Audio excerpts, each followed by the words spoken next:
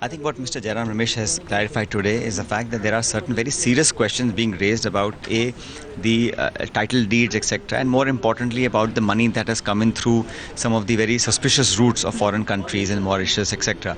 I think it's about time because every day there are new revelations about financial impropriety and allegations are being put. So either the BJP should come out and clarify and deny these facts that are being brought out in public domain, or they should then, in the name of morality and because so many legal issues have come up, they should actually now put their foot down and have the courage to tell the leadership in Rajasthan that you must give in your papers, because you can't have this silence go on forever.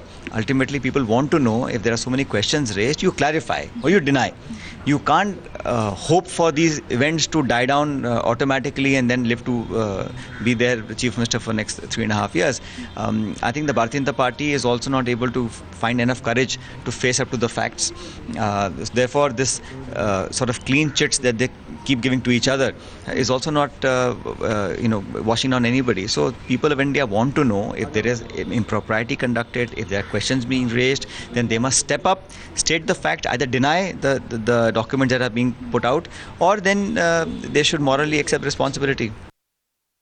What we are saying today is that Niyant Private Limited, owned by Vasundhara, Dushyant, Niharika and Lalit Modi, has taken possession of a government of Rajasthan property, converted it into a private high-end luxury hotel and invested over 100 crores of rupees in that.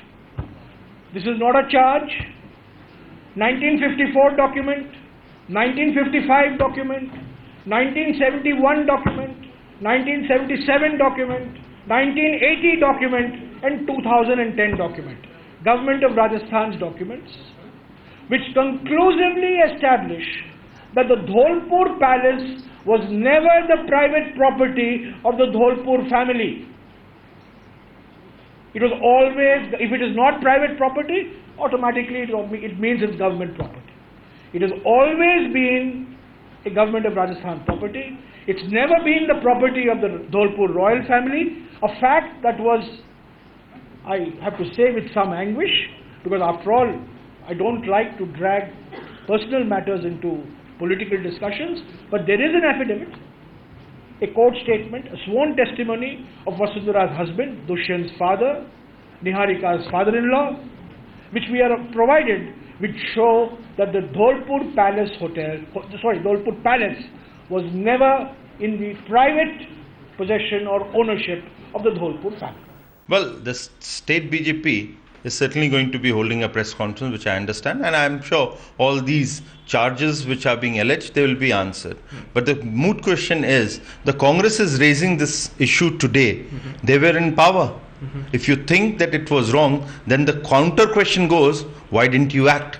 It's a dereliction of duty of the Congress at that point of time when they were ruling in the state government. So they need to answer on their dereliction of duty. The state BJP will certainly answer point-wise on this entire issue.